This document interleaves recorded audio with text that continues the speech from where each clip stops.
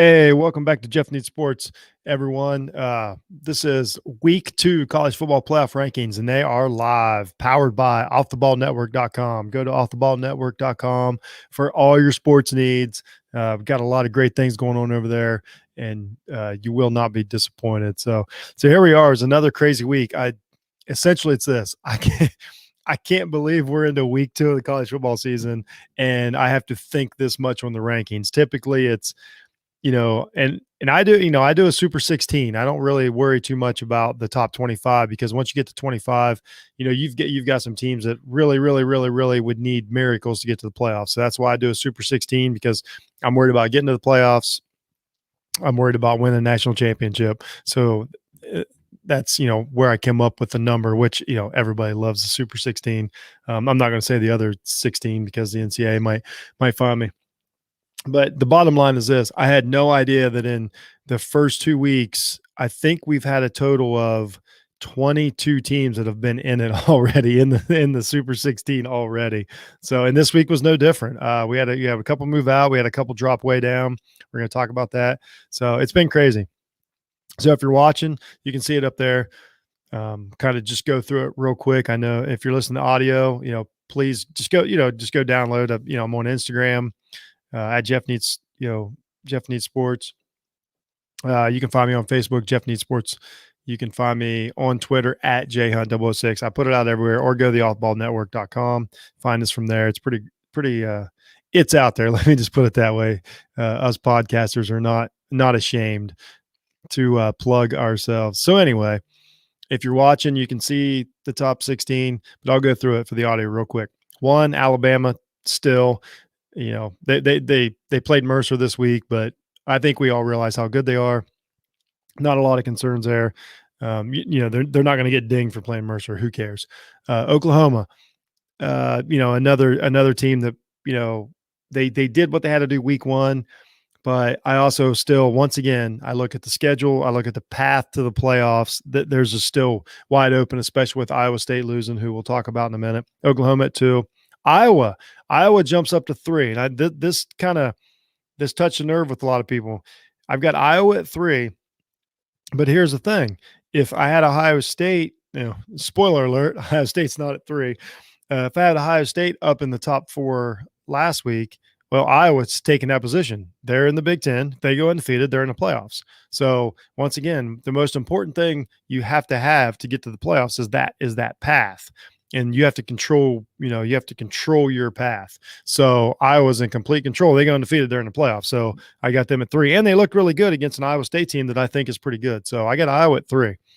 4 is Georgia. I don't love this because I really don't think they can beat Alabama, but I don't have an argument to drop Georgia out of the top 4 right now because the AP, the coaches still love them, and they are a really good team. So I can't, I guess here it breaks down like this. If I don't put Georgia at 4, then I shouldn't put them in the 16 because they have no chance, and that's silly. They're a really good football team. Bennett looked pretty good at quarterback this week, so I got Georgia at 4. They've without a doubt have a shot at a playoff even with a loss. Oregon with a really solid across the board thorough victory over Ohio State. Showed a lot of stuff. Their quarterback did everything he needed to do. Their offense, is sustainable, especially in the Pac-12. As now the Pac-12 has been kind of turned a little bit inside out in the first couple of weeks. So I got Oregon jumps up to 5. Once again, this is a team that they went out, they're in, so they deserve it. Cincinnati, I got them up at 6. They look great. The coaches and the AP love them. I still know that there's going to be, especially with Ohio State losing, there's going to be some real arguments. They're still going to have to argue their way in. They don't have a clear path. But as of right now, I think if they go undefeated and look as good as they do, and by the way, remember, I shouldn't say by the way, I don't know about you guys. I can't stand it when commentators, podcasters, and all that act like, I'm too dumb to know what's going on. So I won't treat my listeners like that. We all know Cincinnati gets to play IU and Notre Dame.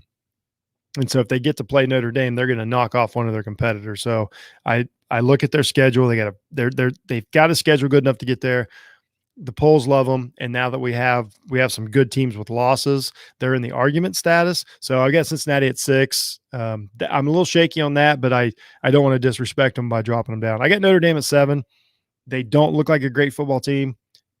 They've got a tough schedule. So once again, the path. They went out, they're in. So I couldn't punish Notre Dame too much because they're 2-0. That it's just a bottom line. And they've got really good players, and they can win really good games. They just haven't looked good yet. The Florida State loss really put a shadow on their week 1 victory, but I don't want to start doing that, because once you start doing that, you can't get out of that wormhole. So I got Notre Dame at 7. It is what it is. I'm not apologizing for it. They win, they're in. UCLA, I got them at 8. They looked good. They didn't play last week, so they didn't get a show off. The records at least caught up. So now they're even with everybody else. They didn't play. They were idle. They looked really good the first 2 weeks. I think this is where the difference is. If you're asking, like, why do I have Oregon at 5 and UCLA at 8? I think that Oregon's better than UCLA. That's not a knock on UCLA, but I just saw what Oregon did to Ohio State, and that's the bottom line. I know I'm splitting hairs here, and then I know that they get to play. So obviously I'm leaning Oregon. So that's why UCLA is at 8, but I like UCLA. They also control their path. It's fine.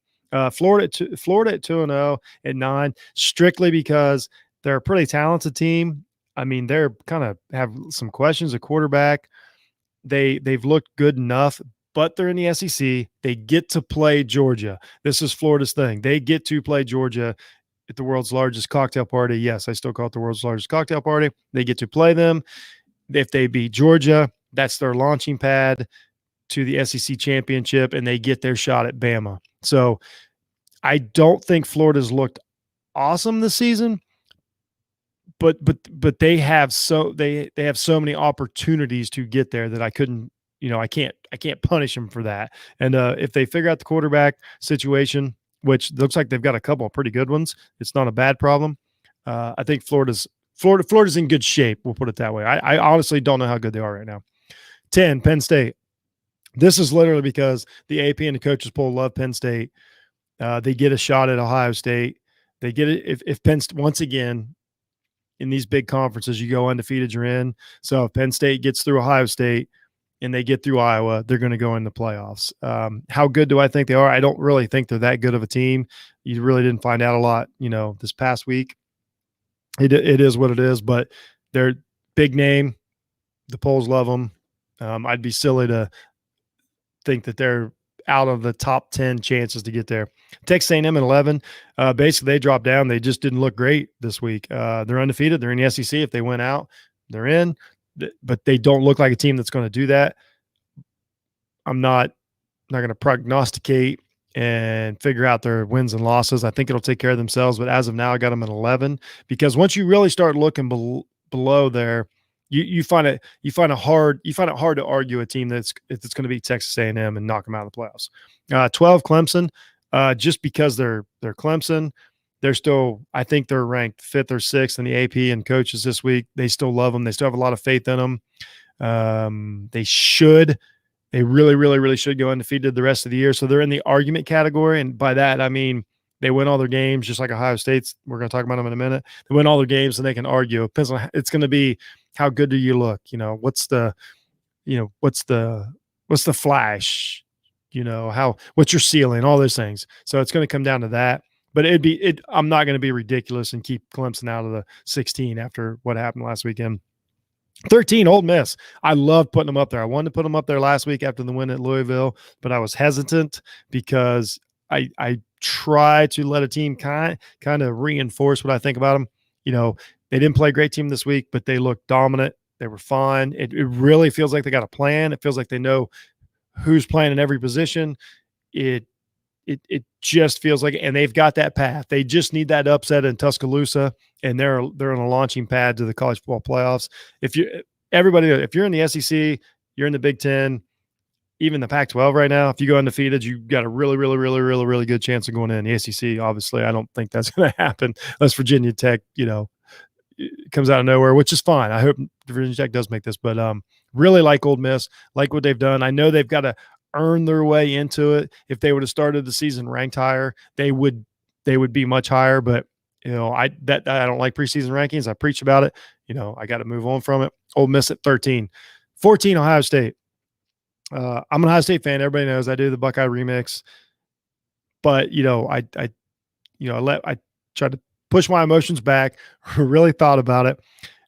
It would be silly to drop them out of the 16 at this moment, considering some other teams lost. I mean, I don't think any of us think that, say, Notre Dame, Penn State, which we'll find out, Texas A&M, none of them look a ton better than Ohio State. Ohio State's showed some flaws, showed some weakness, but they're still a really good football team. And if they win out, they're with Clemson in the argument category. So I kept them at 14. Makes me nervous. But, AP and coaches have them at 9, I believe. So they deserve to be in the 16, even though they kind of stepped on my soul a little bit over the weekend. But that's fine. 15, I love it. I couldn't resist. I don't fall in love with these teams. I don't get caught up in it. Coastal Carolina. There's nothing I can do to keep them out of the 16. They've done everything we've asked of them. They played. I know Kansas is a just awful, major conference Power 5 football team, but that's what we ask. What do we ask? Just if you're supposed to thump them and, Vegas gives you almost a 30-point spread and you do that, that's all we can ask of you. Let's put it this way, if Oklahoma had the exact same game against Kansas, we would say, yep, that's because Oklahoma's great. I'm not going to punish Coastal Carolina for their name, for where they're at. They did what they had to do. They earned their way in the 15. If they win out, they're in the really, really, really argue category, probably just behind Cincinnati as far as just pleading to get in. But I'm not going to project that that's not going to happen. They deserve to be in the 15. Good for them. They get to play out the season. We'll see how it goes. 16, Iowa State. They hung on. This was a tough one. They're a pretty good team. Iowa took it to them, but I think Iowa's pretty good. And they stuck around. And a lot of this is Iowa State has a lot of chances here. They have a chance to beat Oklahoma. That's essentially what they're hanging on to. They can stay one loss and beat Oklahoma. They jump back up. They're in the argument category with the other ones that we've talked about. So just real quick, just to go over some of the ups and downs. The big ups. Oregon jumped up after a really good win over Ohio State. It was a close game, but Oregon won, I think, every phase of the game, in all honesty. So Oregon jumps up. And then you got Iowa jumps up. I mean, what do I do? If we think Iowa State's really good, they play an away game against a really good team and defeat them soundly, and they're in a Power 5 conference to where if you win out, you go to the playoffs. There you go. So that's how Iowa jumped up to number 3. I will not regret it. And then Clemson jumped up just by sheer they're Clemson. We know they're going to get the benefit of the doubt. They probably deserve it. I think they've earned it over the last, 6 years. So Clemson moved up just by other teams dropping behind them or whatever. So, Clemson, they jumped up there too. So they're right back in the running.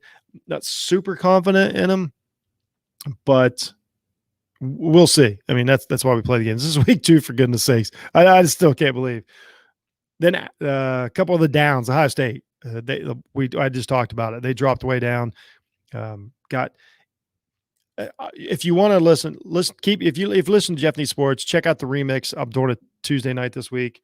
I will explain my Ohio State opinion.